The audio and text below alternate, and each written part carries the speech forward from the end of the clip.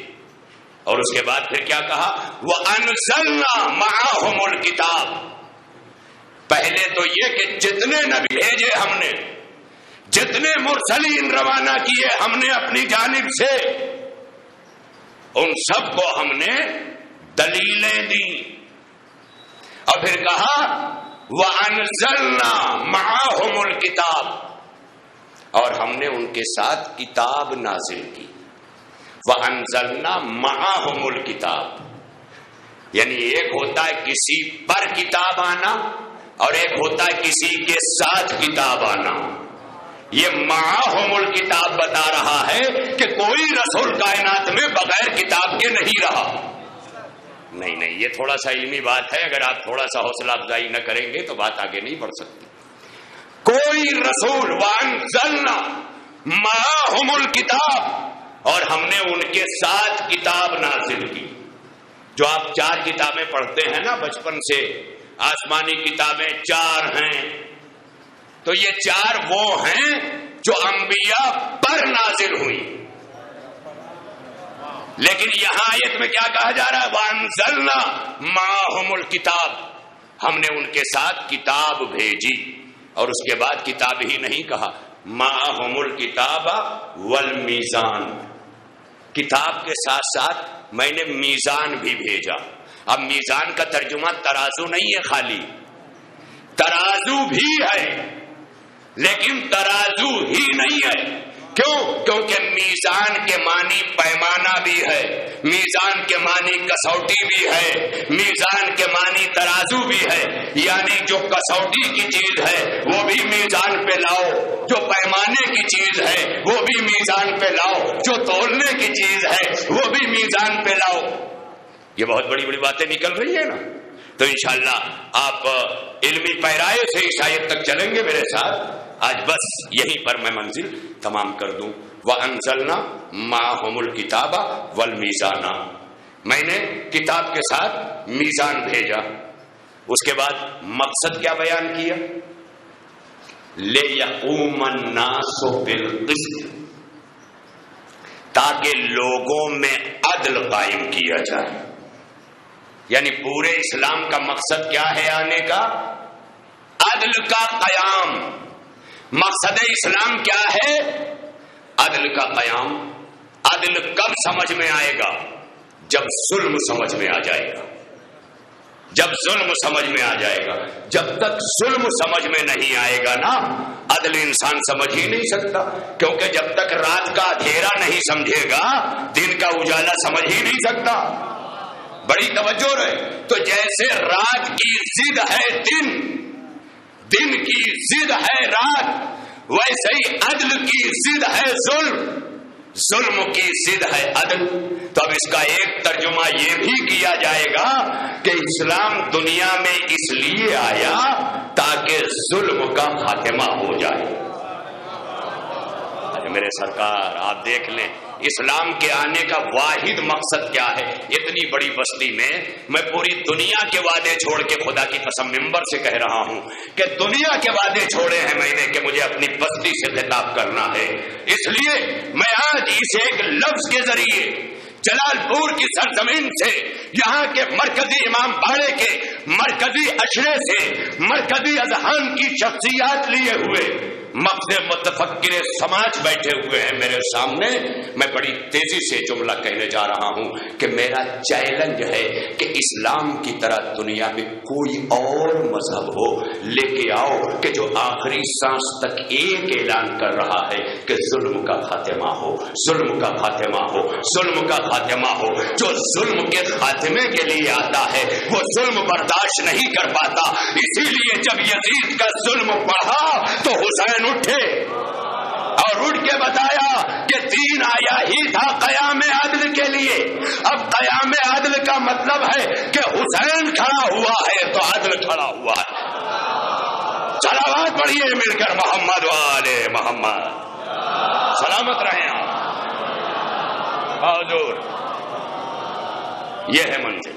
آگے یہاں تک لقد ارسلنا رسلنا بالبینات وانزلنا معهم الکتاب والمیزان لیقوم الناس بالقسط، تاکہ لوگوں میں عدل قائم ہو، ظلم کا خاتمہ ہو. جس امام کا انتظار کر رہے ہو منتقم خون کربلا، اس امام کی نشانی کیا ہے؟ دنیا کو عدل سے بھر دے گا. تو عدل سے بھرنے کا مطلب کیا ہے؟ ظلم کا خاتمہ. دیکھیں منزل ہے. اسلام کا مقصد ظلم کا خاتمہ ہے، اور جب تک ظلم نہیں سمجھو گے نا عدل سمجھ میں نہیں آئے. ظلم تو نفسی، ہم دعاؤں میں پڑھتے ہیں کہ میں نے اپنے نفس پہ ظلم کیا. ایک ظلم یہ بھی ہے کہ اگر آپ اپنے نفس پر بھی ظلم کر رہے ہوں تو اپنے آپ سے عدل نہیں کر رہے ہیں. بہت بڑی منزل ہے. قدرت کو یہ بھی گوارا نہیں ہے کہ کوئی بشر اپنے نفس پہ ظلم کرے، اور اپنے نفس سے ظلم کا مطلب ہے حسد، اپنے نفس سے ظلم ہے. کینہ اپنے نفس پہ ظلم ہے. غیبت اپنے نفس پہ ظلم ہے. اسی لیے ان تمام چیزوں کو اس فہرست میں رکھا جہاں ظلم ہے. آپ دیکھ لیں محبت عین عدل، نیک باتیں عین عدل. یہ آپ دیکھتے جائیں. بہت بڑی منزل. وقت تمام ہو گیا، میں آ گیا اس منزل تک. تو حسین نے جب دیکھا کہ ظلم بڑھ رہا ہے اور ظلم بڑھتے بڑھتے یزید بن گیا ہے، تو اب عدل کے پیکر حسین نے قیام کیا. اور عدل کا پیکر جب چلا تو سب کے بس کی بات نہیں تھی کہ ساتھ چلتا. کربلا میں پہنچ کر صبح عاشور تک حسین کے یہاں جو تعداد ہوئی ہے وہ 72 ہے. یہ یاد رکھیے گا، صبح عاشور تک ہو رہا، ورنہ مقاصد کربلا کے لیے جان دینے والوں کی تعداد بہت بڑی. سب سے پہلے کربلا کا تعارف کرانے والی ذات کا نام مسلم ہے، جو حسین کے مکہ چھوڑنے سے پہلے کوفے تشریف لے گئے. روایت کہتی ہے کہ کوفے میں مسلم اپنے 2 چھوٹے چھوٹے بچوں کے ساتھ آئے تھا. آج پرسا دینا ہے عزا خانے میں. ایک دکھیاری ماں، ایک اجڑی ہوئی ماں آج ہمارے عزا خانے میں آئی ہے. مجھے کچھ نہیں چاہیے، آپ سے دعائیں دے دیجیے گا، لیکن ایک ماں جس نے کائنات کو سب کچھ دیا، اپنی پسلیاں دی، حسن کا کلیجہ دیا، حسین کا گلا دیا، اپنے محسن کو شکم مادر میں قربان کیا، سب کچھ دیا زہرا نے. آج آئی ہے تو کیا لینے؟ میرے لال کے غم کے آنسو.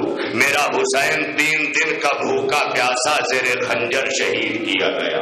ہاں آپ آمادہ ہیں، آج جانتے ہیں کون سا دن ہے؟ استقبال عزا کا دن ہے۔ جانتے ہیں آپ تو یہاں آ کے بیٹھ گئے، ذرا ان بیٹیوں سے، ان بہنوں سے پوچھئے کہ جنہوں نے علامت سہاگ سمجھی جانے والی چوڑیاں آج چوکوں پہ جا کے توڑ دی اور اپنے آقا حسین کو خراج دینے آمادہ ہو گئی۔ ارے جس کا حسین نہ رہا، ہر باب عذاب کی آوازیں بلند ہیں۔ کبھی گھروں میں غور سے دیکھیے گا، ان سونے سونے کلائیوں کو دیکھیے گا کہ جو سہاگن بن کے کھنکا کرتی تھی، آج فاطمہ کے غریب لال پہ وہ قربان ہو گئی ہیں۔ ارے جو مائیں اپنے سہاگ کو سہاگ نہیں سمجھتی، وہی مائیں ایسی ہوتی ہیں کہ جو درس کربلا اپنے بچوں کو اس طرح دیتی ہیں کہ اگر وہ کربلا میں آئے تو اطفال حسین کہلائیں، اور اگر کوفے میں جائیں تو اطفال مسلم کہلائیں۔ ان کو بھی تو ماں نے آمادہ کیا تھا کہ جنہیں طفلان مسلم کہا جاتا ہے۔ اے میرے لال بابا کے ساتھ جا رہے ہو، بابا کو تنگ نہ کرنا، بابا بڑے مقصد کے ساتھ جا رہے ہیں، تم کم سن ہو، اپنے کاموں میں لگنا۔ اور باب اغا ماں ایک ایک چیز، بابا پہ حرف نہ آنے دینا، بابا پہ خراش نہ آنے دینا تمہارے ہوتے ہوئے۔ مگر ارباب ازا تاریخ کہتی ہے کہ کوفے کے بگڑے ہوئے ماحول میں جب مسلم کو گرفتار کیا گیا تو اس سے پہلے بچے باپ سے بچھڑ گئے۔ یہ دو بچھڑے ہوئے بچے باپ سے، باپ کی شہادت کے بعد کوفے کے راستوں میں، جنگلات کے راہوں میں، جگہ جگہ کشاں کشاں پھرتے پھرتے ایک بار اس مقام پر آئے کہ جہاں پر ایک کنواں نظر آیا اور کنویں کے پاس ایک درخت دکھائی دیا۔ جیسے ہی یہ محسوس ہوا کہ کنویں کے پاس لوگوں کا آنا جانا ہے تو یہ بچے خوف و علم کے عالم میں درخت پر چڑھ گئے اور درخت پر بیٹھ کر اپنی جان کی حفاظت کرنے لگے۔ اتنے میں ایک خاتون پانی بھرنے کے لیے کنویں کے قریب آئی ہے، اور جیسے ہی اس نے سطح آب میں اپنی ڈول ڈالی تو پانی میں کیا دیکھتی ہے؟ تو چاند سی صورت اس طرح سے نظر آ رہی ہے، مگر یہ حالتیں ایسی ہیں کہ زلفیں بکھری ہوئی ہیں، ہٹے ہوئے بال ہیں، مگر 14ویں رات کے مانند پانی پہ صورتیں چمک رہی ہیں۔ ارباب ازا مومنہ نے پانی بھرا اور بھر کر پانی کا ظرف رکھا اور رکھ کر بڑے آہستہ سے دھیرے دھیرے شفقت بھری نظروں سے اوپر نگاہ کی تاکہ آنکھوں کی چمک سے بچوں کو خوف محسوس نہ ہو۔ لہذا بچوں کو جب دیکھا نا تو بچوں نے آنکھوں میں مامتا دیکھی، اور جب مامتا دیکھی تو بچے نیچے اتر آئے، اور جب بچے اترے تو اس خاتون نے جو مومنہ بھی تھی، اس نے شفقت کا سر پہ ہاتھ رکھ کر پوچھا، بچوں تم کون ہو اور اس عالم میں یہاں کیا کر رہے ہو؟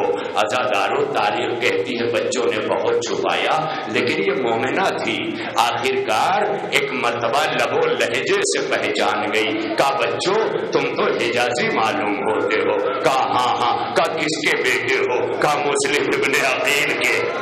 تاریخ کہتی ہے وہ مومنہ تڑپ گئی، جانتی تھی کہ ان بچوں کی تلاش میں جلاد دوڑائے گئے ہیں، جگہ جگہ قاتلین بچوں کی تلاش میں ہیں۔ جگر پارا پارا ہونے لگا اور بچوں کو اپنے کلیجے سے لگائے گھر تک لے کر کے آئی۔ بازادارو زیادہ دیر نہیں، انشاءاللہ نہو ماتم بھی ہوگا، جی بھر کے رونا اپنے غریب زہرا پر۔ ارباب ازا تاریخ کہتی ہے کہ جب مومنہ گھر لائی تو بس بڑا مختصر کیا، میں بچوں میں کھانا پروس دیتی ہوں، کھانا کھا لو۔ ارباب ازا جانتے ہو بچوں نے کیا کہا؟ بچوں نے یا اماں کہہ کے مخاطب کیا، جس کا مطلب سمجھتے ہو؟ اے اماں۔ جب اس مومنہ نے یہ صدا سنی تو تڑپ گئی، جگر اور کلیجہ منہ کو آنے لگا۔ ایک مرتبہ کہتی بچوں میں تمہارے لیے کچھ کھانا پروس دیتی ہوں، کھانا کھا لو۔ کہا اماں کیا سمجھتی ہو کہ اس عالم میں ہم سے کھانا کھایا جائے گا؟ جو اپنے قافلے سے بچھڑ چکے ہوں، جن کا بابا مارا گیا ہو، جو کشا کشا پھرائے جا رہے ہوں۔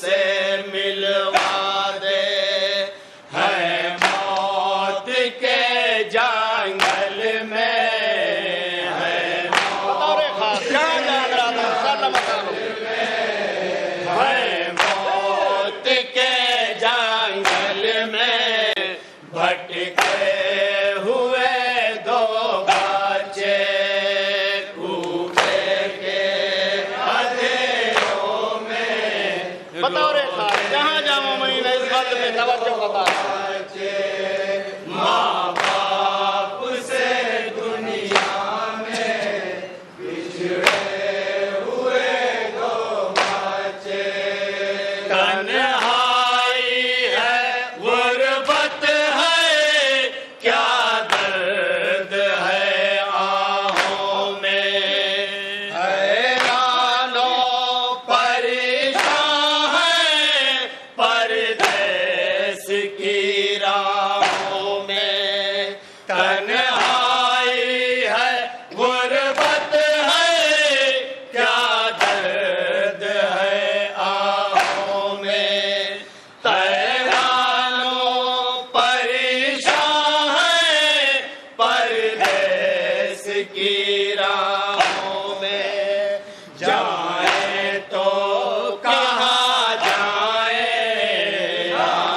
بطور خاص جہاں جہاں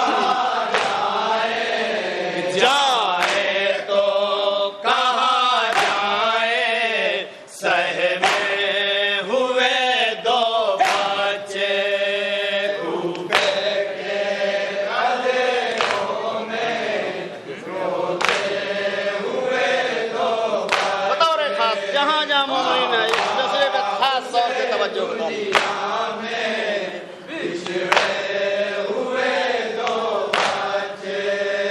آنکھوں سے گرے آنسو جب یاد پدر آئی، تصویر تصور میں مادر کی نظر آئی، آنکھوں سے گرے آنسو جب یاد پدر آئی، تصویر تصور میں مادر کی نظر آئی، روئے گلے میں باہیں، بطور خاص جہاں جہاں روئے گلے میں باہیں، ڈالے ہوئے دو بچے،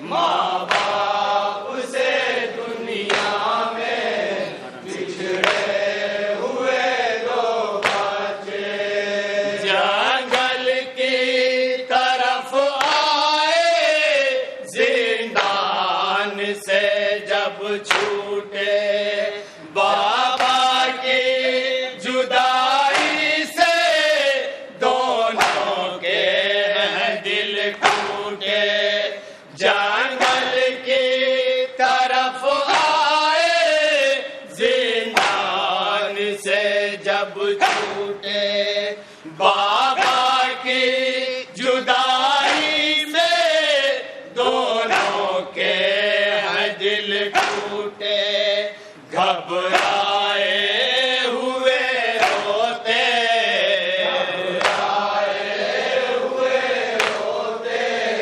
گھبرائے ہوئے روتے، پھرتے ہوئے دو بچے، اندھیروں میں روتے ہوئے دو بطور خاص جہاں جہاں مومنین اس بات پہ توجہ بتا دیں. سے دنیا میں بچھڑے ہوئے دو بچے، ڈرتے ہوئے چلتے ہیں دشمن نہ کہیں دیکھے، دیکھے نہ کوئی قاتل ہم کو نہ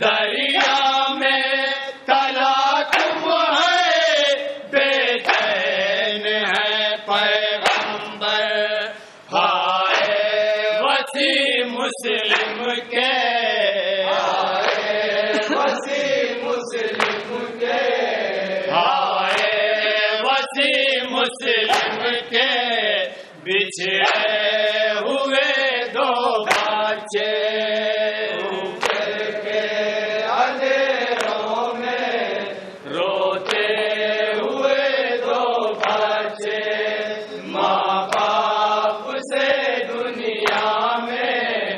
بچھڑے